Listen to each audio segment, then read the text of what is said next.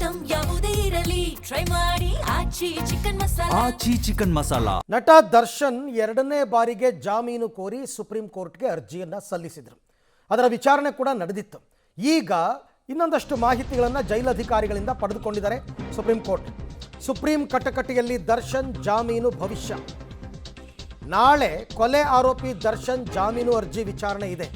ನಾಳೆ ಸುಪ್ರೀಂ ಕೋರ್ಟ್ನಲ್ಲಿ ನಡೆಯಲಿದೆ ಜಾಮೀನು ಅರ್ಜಿ ವಿಚಾರಣೆ. ಸೊ ದರ್ಶನ್ ಪರ ವಾದ ಮಂಡಿಸಲಿದ್ದಾರೆ ವಕೀಲ ಮುಕುಲ್ ರೋಹಟಗಿ. ಈ ಹಿಂದೆ ಕೂಡ ವಾದ ಮಂಡಿಸಿದ್ರು. ನ್ಯಾಯಮೂರ್ತಿ ಪರ್ದಿವಾಲಾ ನೇತೃತ್ವದ ದ್ವಿಸದಸ್ಯ ಪೀಠದಲ್ಲಿ ವಿಚಾರಣೆ ಆಗುತ್ತೆ. ಈಗಾಗಲೇ ಒಂದು ಬಾರಿ ವಾದ ಪ್ರತಿವಾದಗಳು ನಡೆದು ಜೈಲಧಿಕಾರಿಗಳಿಂದ, ಪರಪ್ಪನ ಅಗ್ರಹಾರ ಜೈಲಧಿಕಾರಿಗಳಿಂದ ಒಂದಷ್ಟು ಮಾಹಿತಿಯನ್ನು ಸುಪ್ರೀಂ ಕೋರ್ಟ್ ಕೇಳಿತ್ತು. ಈಗ ಇವರು ಹೇಳಿರ್ತಕ್ಕಂಥ ಆರೋಪ, ಇಲ್ಲಿ ನರಕದ ವಾತಾವರಣ ಇದೆ, ನನಗೆ ಬೆದರಿಕೆ ಹಾಕ್ತಾರೆ ಜೈಲಿನಲ್ಲಿ ಸಹ ಕೈದಿಗಳು ಅಂತೆಲ್ಲ ಹೇಳಿದ್ರಲ್ಲ, ಅದಕ್ಕೆಲ್ಲ ಉತ್ತರ ಕೊಡಿ ಅಂತ ಕೇಳಿದ್ರು. ಈಗಾಗಲೇ ಜೈಲಧಿಕಾರಿಗಳು ಉತ್ತರವನ್ನು ಕೂಡ ಕೊಟ್ಟಿದ್ದಾರೆ. ಅದರ ಆಧಾರದ ಮೇಲೆ ನಾಳೆ ವಾದ ಪ್ರತಿವಾದಗಳು ನಡೆಯುತ್ತೆ. ಸೊ ವಾದ ಪ್ರತಿವಾದಗಳನ್ನೆಲ್ಲ ಆಲಿಸಿ ನಂತರ ಜಾಮೀನು ಕೊಡಬೇಕಾ ಬೇಡವಾ ಅನ್ನೋದಕ್ಕೆ ಸಂಬಂಧಪಟ್ಟಂತೆ ತೀರ್ಮಾನವನ್ನು ಸುಪ್ರೀಂ ಕೋರ್ಟ್ ಮಾಡುತ್ತೆ. ದರ್ಶನ್ ಪರ ವಾದ ಮಂಡಿಸಲಿದ್ದಾರೆ ವಕೀಲ ಮುಕುಲ್ ರೋಹಟಗಿ ಅವರು. ಸೊ ಸುಪ್ರೀಂ ಕಟಕಟೆಯಲ್ಲಿ ಈಗ ದರ್ಶನ್ ಜಾಮೀನು ಭವಿಷ್ಯ. ಹಿಂದಿನ ವಿಚಾರಣೆಯಲ್ಲಿ ವರದಿ ಸಲ್ಲಿಕೆಗೆ ಸೂಚಿಸಿತ್ತು ಕೋರ್ಟ್ ಜೈಲಧಿಕಾರಿಗಳಿಂದ. ರಾಜ್ಯ ಸರ್ಕಾರ ಕೆಳಹಂತದ ಕೋರ್ಟ್ ಮಾಹಿತಿಯನ್ನು ಸುಪ್ರೀಂ ಕೇಳಿತ್ತು. ಈಗಾಗಲೇ ಸುಪ್ರೀಂಗೆ ವರದಿಯನ್ನು ರಾಜ್ಯ ಸರ್ಕಾರ ಸಲ್ಲಿಸಿ ಆಗಿದೆ. ನಾಳೆಯ ವಿಚಾರಣೆಯಲ್ಲಿ ವರದಿ ಪರಿಶೀಲಿಸಿ ಜಾಮೀನು ಬಗ್ಗೆ ತೀರ್ಮಾನವನ್ನು ತಗೊಳ್ತಾರೆ ಸುಪ್ರೀಂ ಕೋರ್ಟ್. ಯಾವಾಗಲೂ ಹಾಗೇನೆ ನಡೀತಕ್ಕಂಥದ್ದು ಸಾಮಾನ್ಯವಾಗಿ.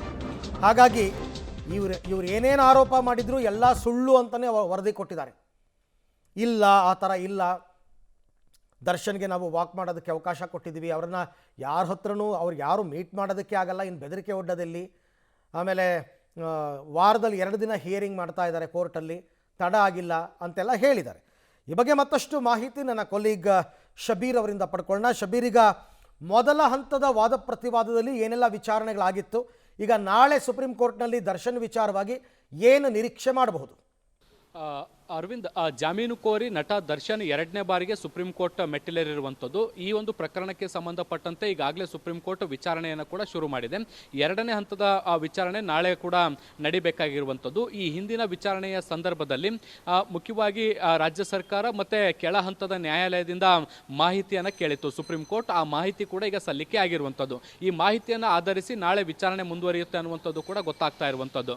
ನಟ ದರ್ಶನ್ ಜೈಲಿನಲ್ಲಿ ಇರಲಿಕ್ಕೆ ಸಾಧ್ಯವಾಗ್ತಾ ಇಲ್ಲ, ಸಹ ಕೈದಿಗಳಿಂದ ಬೆದರಿಕೆ ಇದೆ, ಮತ್ತು ಒಂದು ರೀತಿ ನರಕದ ವಾತಾವರಣ ಇಲ್ಲಿ ನಿರ್ಮಾಣ ಆಗಿದೆ ಅನ್ನುವಂಥ ನಿಟ್ಟಿನಲ್ಲಿ ಒಂದಷ್ಟು ಆರೋಪಗಳನ್ನು ಮಾಡಿ ಜಾಮೀನು ಕೊಡಬೇಕು ಅನ್ನುವಂಥ ನಿಟ್ಟಿನಲ್ಲಿ ಮನವಿಯನ್ನು ಮಾಡಿಕೊಂಡಿದ್ರು. ಹೀಗಾಗಿ ಪರಪ್ಪನ ಅಗ್ರಹಾರದಲ್ಲಿ ಅವರಿಗೆ ಯಾವ ರೀತಿಯಾದಂಥ ಸೌಲಭ್ಯಗಳನ್ನು ಕೊಡಲಾಗ್ತಿದೆ ಅನ್ನುವಂಥದ್ರ ಬಗ್ಗೆ ಮಾಹಿತಿಯನ್ನು ಸುಪ್ರೀಂ ಕೋರ್ಟ್ ಕೇಳಿತ್ತು. ಇನ್ ದ ಸೇಮ್ ಟೈಮ್ ಈ ಸಾಕ್ಷಿಗಳ ವಿಚಾರಣೆಯಲ್ಲಿ ಬಹಳಷ್ಟು ವಿಳಂಬ ಆಗ್ತಾ ಇದೆ ಅನ್ನುವಂಥ ನಿಟ್ಟಿನಲ್ಲೂ ಕೂಡ ನಟ ದರ್ಶನ್ ಆರೋಪ ಮಾಡಿದ್ರು. ಹೀಗಾಗಿ ಕೆಳ ಹಂತದ ನ್ಯಾಯಾಲಯಕ್ಕೂ ಕೂಡ ಮಾಹಿತಿಯನ್ನು ಕೇಳಲಾಗಿತ್ತು.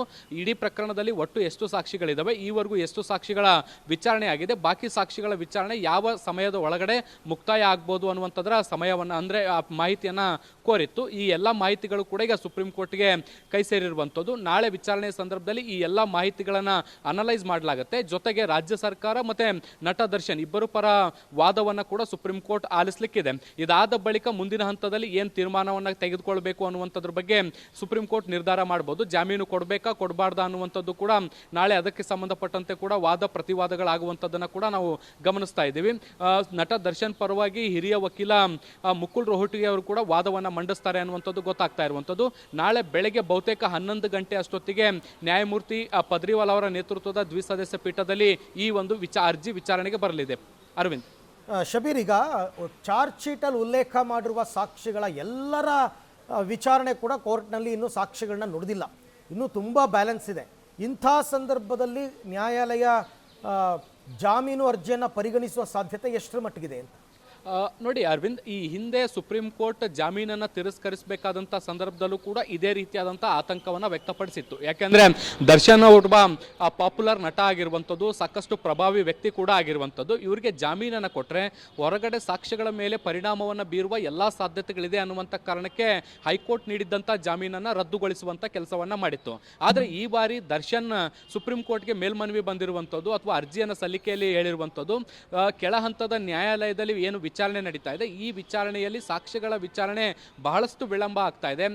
ಸಾಧ್ಯವಾದಷ್ಟು ಬೇಗ ವಿಚಾರಣೆಯಾದರೆ ಬೇಲ್ಗೆ ಅನುಕೂಲ ಆಗ್ತಾ ಇತ್ತು. ಆದರೆ ವಿಚಾರಣೆ ವಿಳಂಬ ಆಗ್ತಾ ಇರುವಂಥ ಕಾರಣದಿಂದಾಗಿ ನನಗೆ ಜಾಮೀನು ಕೊಡಬೇಕು. ಯಾಕಂದರೆ ನಾವು ಸಾಕಷ್ಟು ಪ್ರಾಜೆಕ್ಟ್ಗಳಿಗೆ ಸೈನ್ ಮಾಡಿದ್ದೀವಿ, ಮತ್ತು ಆರ್ಥಿಕವಾಗಿ ಸಾಕಷ್ಟು ಬರ್ಡನ್ ಆಗ್ತಾ ಇದೆ, ಮತ್ತು ಜೈಲಿನಲ್ಲಿ ಇರೋಕ್ಕಾಗದೇ ಇರುವಂಥ ಸನ್ನಿವೇಶಗಳು ನಿರ್ಮಾಣ ಆಗ್ತಾ ಇದೆ. ಹೀಗಾಗಿ ನನಗೆ ಜಾಮೀನನ್ನು ಕೊಡಬೇಕು ಅನ್ನುವಂಥ ನಿಟ್ಟಿನಲ್ಲಿ ಕೋರ್ಕೊಂಡಿದ್ದಾರೆ. ಸೊ ಸುಪ್ರೀಂ ಕೋರ್ಟ್ ಮತ್ತೊಮ್ಮೆ ಎಲ್ಲ ಅಂಶಗಳನ್ನು ಪರಿಶೀಲಿಸುವಂಥ ಕೆಲಸವನ್ನು ಮಾಡ್ತಾ ಇದೆ.